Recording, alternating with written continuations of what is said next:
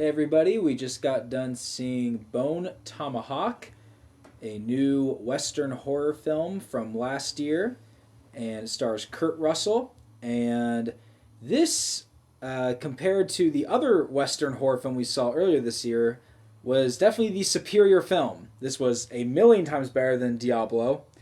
And Kurt Russell must have shot this film pretty close to around the time he did The Hateful Eight, because he has the exact same look, and they both came out the same year. And I have to say, I liked The Hateful Eight. This, I think, might be a better movie, though. This was... I mean, Hateful Eight was a lot of fun, but this movie was more new. It just felt more fresh. Hateful Eight, at the end of the day, is just a typical Tarantino movie. It added nothing new to Tarantino's filmography. I mean, it was fun, but there's nothing about it that was really refreshing. This movie was, I mean, it was something different. Mm-hmm. And it's not for everybody. It is long, which I'm typically not a big fan of long movies, but it is long. It is a slow burn. And very dark. Yes. This is a slow burn, and it's very dark. It is very unpleasant.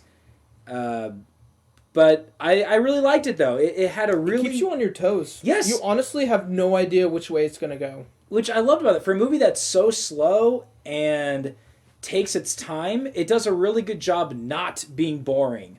It doesn't really get old. It knows the balance between keeping you on your toes and actually doing something. And it's beautifully shot. There is some fantastic camera work. The acting was great. I really had no complaints on the lead cast. I thought they were all great. The characters are all memorable. They're all likable. Well, not likable. They're all memorable. And Kurt Russell was great. Patrick Wilson, who's also one of the leads, was great.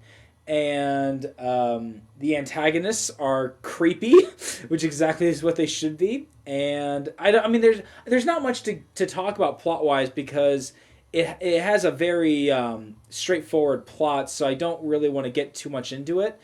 All I want to say is if you want to watch a unique, creepy Western film, definitely check this one out. Stay away from Diablo, but check this one out. Yeah. Anything you want to add? Yeah, compared to last year so far, this has been a decent year for direct-to-DVD movies. Yes. Compared to last year. Yes, that's true. So far... I mean, Diablo was meh, but... Diablo was terrible, but... It's just the last 5 minutes of Diablo, though, really. Yeah.